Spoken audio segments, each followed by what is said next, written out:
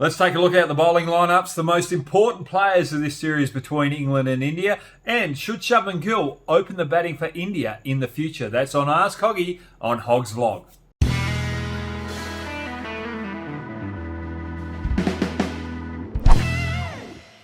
Okay, the first question on Ask Hoggy today is from Amin. How you going, Amin? Considering Shubman Gill's batting performances and his perseverance on the field, do you think he'll be a long-term opener for India in the upcoming days? Yes, I certainly do. He's got all the shots in the book. The thing that impressed me here in Australia was when the Australians tested him with the short ball, he was prepared to take on the hook shot. There's only one little chink in the armour that he's got to work on. That's getting back and across and covering the off stump when the ball's moving away and it's got a little bit of extra bounce. He tends to play away from his body. If he continues to play away from his body, he's going to come up short and he's going to feed those slips and he's going to find a little bit of trouble. If he can't get back and across, he's got to learn to leave the ball early outside off stump. Other than that, Shubman Gill, he's going to be a little bit of a legend and he's going to be one of the best openers that the world sees over the next 10 years in Test cricket. Good luck, young fella. Really loving your work, Mr. Shubman Gill. Now, question 2. Virat Kohli fan. How you going, Virat Kohli fan? There's a lot of them out there, but you're his number one. Is Ashwin as important as Virat Kohli and Jasprit Bumrah in this series? Definitely is. Without Jadeja, the experience of Ashwin needs to stand up with the other inexperienced bowler spinner that they have in this lineup. So he's got to do the majority of the work and lead the way for the young spinner that plays.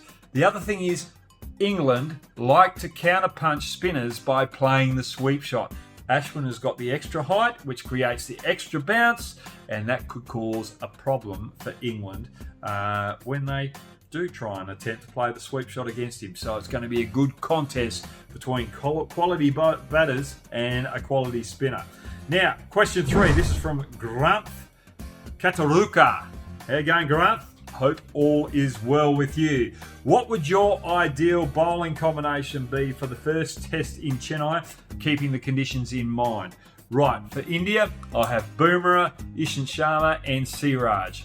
All three quicks complement each other. Bumrah, quick, attacks the stumps, can move the ball both ways. Ishant Sharma, slightly higher, a little bit of extra bounce, and Siraj comes from a slightly different angle. The two spinners I'll play would be Ashwin and Patel. Ashwin, well, he's the more experienced player. Patel adds a little bit of variety, turning the ball away from the right-handers. I think about playing Hardik Pandya if he could bowl 20 overs instead of Siraj, but if he can't bowl 20 overs, Pandya, you're not going to be playing. For England, the bowling lineup that I'd go in for them would be Anderson, swings the ball both ways. Archer, he's got that extra pace. And then I'd go with Wokes. He's a quality bowler, can move the ball both ways, but he's also got variety with the slower ball as well when the ball's not moving and it might hold up on that Chennai wicket. And then I'd go in with two spinners. I'd go with Jack Leach, the left arm off spinner, and I'd go with Ali in front of Bess. Ali will give you a little bit of batting depth as well as Wokes. So they'll be the bowling lineups that I'd go in with both teams. Rightio, the next question. This is from Yash Kushik. Now, he asks, how difficult is it for Hardik Pandya, KL Rahul and Ishant Sharma to make their comebacks in the playing 11 of a well-settled Indian team? I don't think KL Rahul's going to come back into the team with Virat Kohli coming back into the lineup. I think their top 6 is a quality batting lineup. KL Rahul probably won't play this series. Actually, he's going to find it tough to get back in the top 6 of the Indian lineup.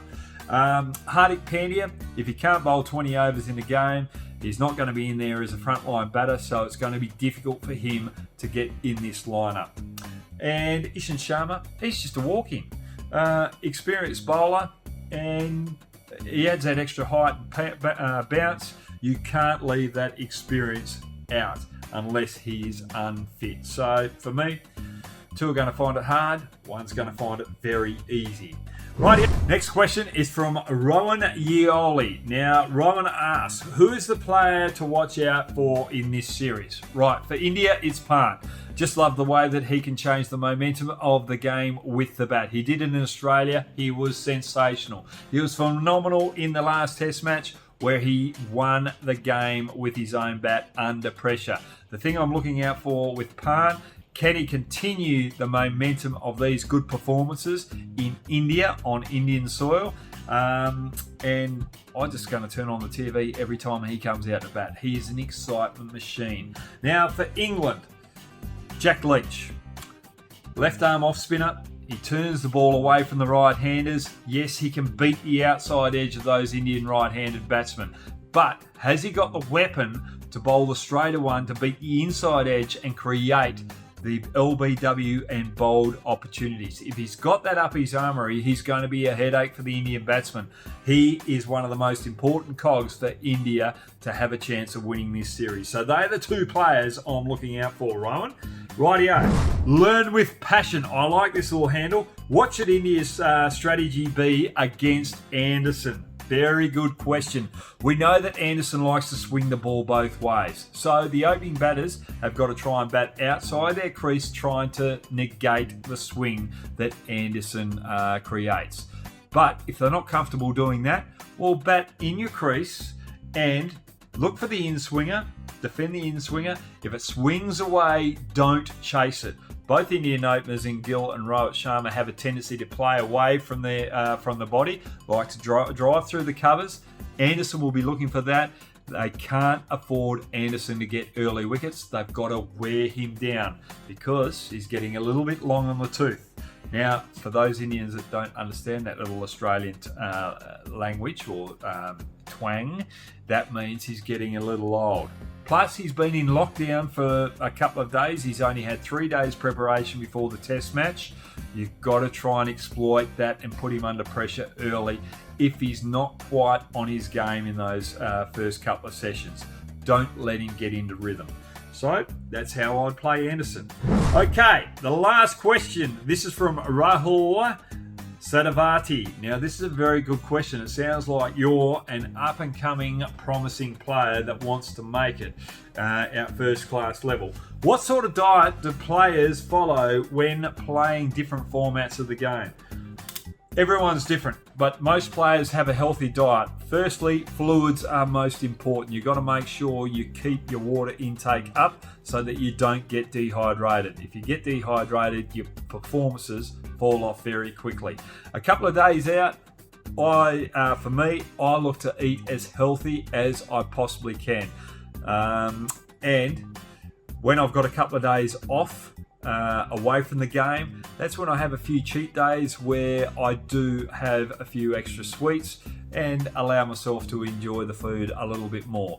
But I want to get in the habit 3 days out where I'm eating healthy food, I'm feeling good with my body, and I know that I've given myself every opportunity to present to that game in the best physical condition I possibly can, and diet is the most important thing. So watch your diet a couple of days out before the big game and reward yourself every now and then with a couple of sweets here and there. Well, that's another Ask Hoggy. Thanks very much for all those questions, and sorry I couldn't answer all the other questions that came in, but thanks very much for supporting me on Hogg's Vlog. Look out for the next video that's coming out where I do a bit of a preview before the India and England Test match, and I'll add a little bit of Pakistan, South Africa in there for you as well, all the fans from Pakistan and South Africa. Anyway, have a good day, and Test cricket is still fighting strong. Loving it.